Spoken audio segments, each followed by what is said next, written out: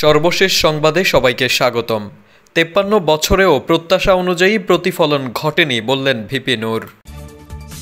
জানাবো আওয়ামী লীগ ও হাসিনার বিচারের আগে নির্বাচন নয় বলছে নাগরিক কমিটি। জাতীয় নাগরিক কমিটির আহ্বায়ক নাসির উদ্দিন পাটোয়ারি বলেছেন, খুনি হাসিনা ও আওয়ামী লীগের বিচার ছাড়া বাংলাদেশে কোনো নির্বাচন হবে না।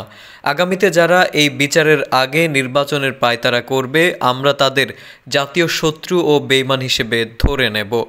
সোমবার জাতীয় নাগরিক কমিটি আয়োজিত বিজয় শোভাযাত্রা শেষে তিনি এসব কথা বলেন। তিনি বলেন, গত ৫৩ বছরের ফ্যাসিস্ট রাজনীতি ২৪-এর খুনের বিচারবিহীন কোনো দল যদি বাংলাদেশ থেকে যেতে চায়, তাদের আমরা ওয়াশআউট করব, দেশ থেকে বিতাড়িত করব। বিচারের আগে কোনো নির্বাচন নয়, আগে বিচার পরে নির্বাচন। নাসির উদ্দিন পাটোয়ারি বলেন, বাংলাদেশ একটি ক্লান্তিকাল অতিক্রম করছে।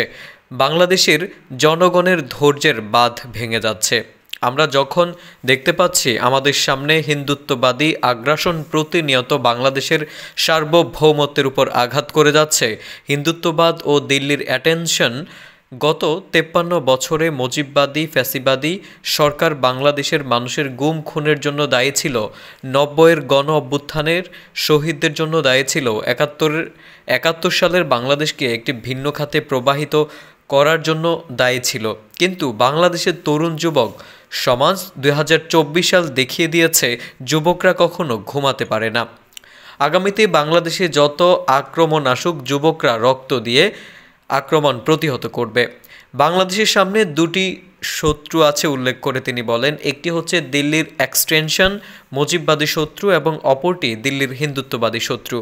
এই দুই শত্রুকে আমাদের মোকাবেলা করতে হবে। ঢাকাকে দক্ষিণ এশিয়ার নেতৃত্বে দিতে হবে। তিনি বলেন, জুলাই আগস্টের ২০০০ শহীদদের খুনের দায়ে হাসিনাকে অনতিবিলম্বে বাংলাদেশে এনে বিচারের কাঠগড়ায় দাঁড় করাতে হবে।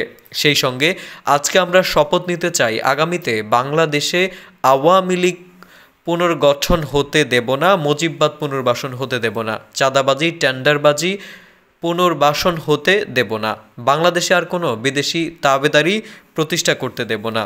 আজ থেকে আমরা আমাদের তরুণ যুবাদের রক্ত উৎসর্গ করলাম। এদিকে মুক্তিযুদ্ধের অঙ্গীকার বাস্তবায়নে দেশের মানুষের মধ্যে নতুন করে আকাঙ্ক্ষা তৈরি হয়েছে বলে মন্তব্য করেছেন গণ অধিকার পরিষদের সভাপতি নুরুল হক নূর। তিনি বলেছেন, এবার একটা পরিবর্তিত প্রেক্ষাপট আমাদের প্রত্যাশা থাকবে। ছাত্র জনতার সংগ্রামে আনা পরিবর্তনটাই টেকসই এবং স্থায়ী হতে হবে। সোমবার সকালে বিজয় দিবস উপলক্ষে স্মৃতিসৌধে বীর শহীদদের শ্রদ্ধা নিবেদন শেষে তিনি এসব কথা বলেন। নুরুল হক নূর বলেন, গত ১.৫ দশকে একটি ফ্যাসিবাদী সরকার ছিল। বিরোধী দল করার কারণে স্মৃতিসৌধে শ্রদ্ধা নিবেদন করতে গিয়ে হয়রানির শিকার হতে হয়েছে। আজকে বিভিন্ন দলের নেতারা শ্রদ্ধা নিবেদন করতে পারছেন। তিনি বলেন, গত ৫৩ বছরে মুক্তিযুদ্ধের আকাঙ্ক্ষা, সাম্য, মানবিক মর্যাদা, সামাজিক ন্যায় বিচার নিশ্চিত হয়নি। সেটা কিন্তু গত ১৫ বছরে আমরা সেভাবে পাইনি, যার ফলে গোটা দেশের মানুষের মুক্তিযুদ্ধের আকাঙ্ক্ষা নতুন করে বিনির্মাণের আকাঙ্ক্ষা তৈরি হয়েছে। এটা অন্তর্বর্তীকালীন সরকারকে ধারণ করতে হবে, বাস্তব রূপ দিতে হবে। বিশেষ করে ছাত্র জনতা, তরুণরা যেভাবে এই ফ্যাসিস্ট শক্তিকে রুখে দিয়েছে, মুক্তিযুদ্ধের অঙ্গীকারকে বাস্তবায়ন করার জন্য আগামীতে তারা কাজ করবে, আমরা সেই প্রত্যাশা করি।